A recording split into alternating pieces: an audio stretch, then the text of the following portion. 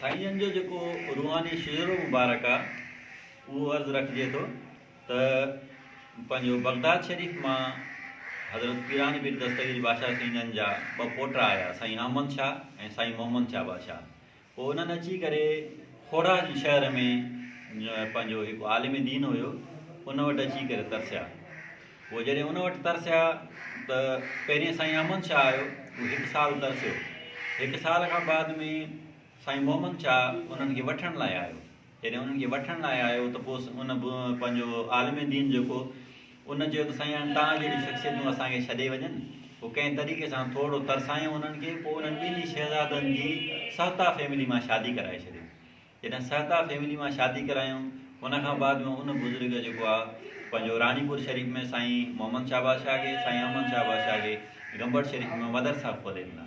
पोइ साईं अहमद शाह बादशाह खे हिकु पुटु थियो साईं अब्दुल रज़ाक शाह, जेको नंढे लाइ ई दुनिया मां रुख़्सत करे वियो। ऐं साईं मोहम्मद शाह बादशाह खे जेका फर्ज़ंद थिया त उन्हनि मां साईं इब्राहिम शाह बादशाह खे साईं मोहम्मद शाह जी हुन में पंहिंजो उन्हनि खे गिफ्ट करे ॾिनो, छो त हिननि खे ॿी औलाद कोन थी। पोइ साईं जेको आहे सो इब्राहिम शाह उहा मंज़िल हासिलु कई जो ज़ाहिरी इल्मु बि तमामु वॾे कमाल जो हासिलु कयूं ऐं बातिनी इल्मु बि वॾो कमाल जो हासिलु कयूं। उन खां बाद में उन्हनि जो फर्ज़ंद थियो साईं शमसुद्दीन शाह। वरी साईं शमसुद्दीन शाह जो फर्ज़ंद थियो साईं ख़मीसुद्दीन शाह। साईं ख़मीसुद्दीन शाह जो फर्ज़ंद थियो साईं ग़ुलाम मुर्तज़ा शाह जीलानी बादशाह। पोइ असांजा मुर्शिद करीम जेके हुया साईं ग़ुलाम मुर्तज़ा शाह जीलानी बादशाह जन जे हथ ते बैत थिया, तालिब थिया उन्हनि जा।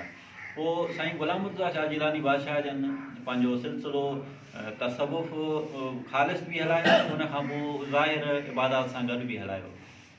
पोइ जेको ख़ालिस तसव्वुफ़ गेड़ू लिबास में हलायूं, उन में 4 तालिब कयूं, उन्हनि में साईं मुर्शिद करीम बि असांजा शामिल हुया। इहे असांजे साईं जन खे जेको गेड़ू दिस्तार मिलियल आहे उहो साईं ग़ुलाम मुर्तज़ा शाह जीलानी बादशाह जन जे हथ सां मुबारक सां मिलियल आहे। उन्हनि खे उतां ख़िलाफ़त उतां मिलियल आहे। पोइ ज़ाहिर में वरी साईं जेको आहे सो मोहम्मद शाह बादशाह हुया, उन्हनि जे हथां उन्हनि खे गेड़ू दिस्तार मिलियो।